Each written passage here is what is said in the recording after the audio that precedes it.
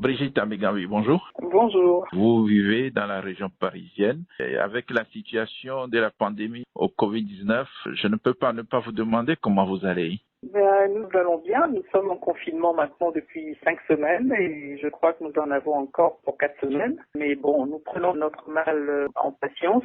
Grosso modo, il y a de nouvelles solidarités qui se développent à travers les nouvelles communautés qui se créent pour prendre des nouvelles des uns des autres. Moi, j'ai des nouvelles d'une partie de la communauté par l'intermédiaire d'une association culturelle que nous avons créée. Bon, c'est dans un cadre religieux, mais nous essayons justement par ce biais-là de garder le lien, de veiller les uns sur les autres. On prend le téléphone pour appeler le week-end 5, 6, 7 personnes, 10 personnes pour prendre des nouvelles. Voilà. C'est ce qu'impose la pandémie au Covid-19. En tout cas, pour le moment, ici au Togo, la situation est sous contrôle, entre guillemets, parce qu'au jour le jour, on trouve de nouveaux cas, mais également des personnes qui guérissent de la maladie. Mais de loin, quelle appréciation vous faites de la riposte au pays? Oui, là c'est vrai que l'Afrique et particulièrement le Togo était notre point d'inquiétude connaissant l'état de délabrement des de santé chez nous, connaissant nos habitudes de vie où on aime bien les regroupements, etc. Nous étions assez inquiets. Mais bon, heureusement, les choses s'organisent. Là aussi, il y a des éléments qui se mettent en place pour la riposte et puis de nouvelles solidarités aussi qui se développent avec les distributions de masques, etc.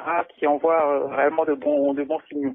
Et puis, ce dont nous sommes contents, c'est que finalement, l'Afrique ayant été le continent à avoir été touché en dernier par cette pandémie, théoriquement, si on met un peu d'intelligence dans la manière d'organiser la riposte, on peut apprendre énormément de l'expérience des différents pays et des autres. Alors, la seule faute qui nous désole, c'est que nous recevons assez régulièrement des nouvelles assez alarmantes sur la répression qui se fait en marge de cette pandémie dans différents pays. D'ailleurs, le Togo n'est pas le seul, mais nous avons eu des images absolument atroces de bastonnades assez sévères dès le début du couvre-feu. Je pense qu'il faudrait réellement lancer un appel aux autorités que ce n'est pas la meilleure manière de gérer cette crise. Il vaut plutôt mieux jouer sur la confiance, sur la persuasion, sur le civisme pour que les gens le comprennent. Il faut également, ça on l'a constaté également en Europe, c'est que les pays qui ont eu le plus de succès dans la maîtrise de la pandémie sont des pays décentralisés. Et la décentralisation permet effectivement une adaptation des méthodes de riposte et des méthodes de gestion aux conditions locales du terrain. Et ça permet également une plus grande confiance, une plus grande crédibilité entre les autorités et les administrés. Donc un certain pouvoir de persuasion, d'explication, de pédagogie pour que ces mesures soient acceptées. Vous voulez donc dire que ce consensus manque dans beaucoup de pays africains, notamment le Togo. C'est pour ça que certains ne veulent pas respecter les mesures que prennent les gouvernants. Ça n'a quand même pas de sens. Absolument. À mon avis, le consensus n'y est pas encore. Je dirais que pour le cas particulier du Togo, je suis quand même à distance, on a fini par accepter que les communes nouvellement mises en place s'occupent de la sensibilisation. Bon, c'est un premier pas, mais il y a encore plein d'acteurs de la société civile qui doivent rentrer dans le jeu. Par exemple, les syndicats des médecins, ils ont mis en place une action, mais j'ai l'impression que c'est quelque chose qui se fait jusqu'à présent un peu en marge de l'action du gouvernement qui revendique quand même c'est nous qui faisons, c'est nous qui contrôlons, c'est nous qui décidons, etc. Alors qu'il y a un intérêt à regrouper tout le monde et à faire en sorte que tout ça se fasse en synergie et en cohérence. Tournant la page, Togo a lancé un programme. Ils ont formé une trentaine d'étudiants en médecine, une cinquantaine de bénévoles issus d'un certain nombre d'organisations de la société civile qui vont commencer à déployer sur le terrain à partir de cette semaine.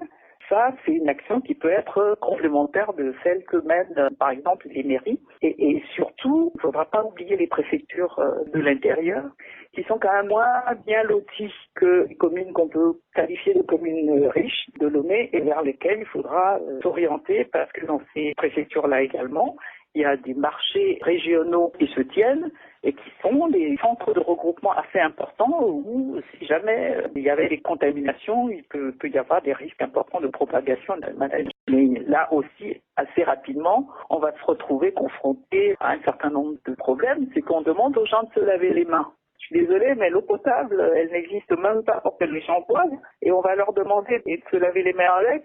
Il faudra mettre en place d'autres dispositifs pour que la prévention soit efficace parce que c'est un tout. Et si on fait une partie et pas l'autre, ça ne sert à rien. Madame, vous avez évoqué tout à l'heure la riposte policière. Et vous qui êtes en France, personne ne vous a mis la pression pour respecter le couvre-feu automatique lié au confinement. Mais pourquoi, par exemple, dans nos pays, on ne peut pas simplement respecter ces dispositions qui permettent en fait de sauver sa vie? Au Togo, nous sommes partis d'une situation de défiance extrême entre les autorités et les citoyens.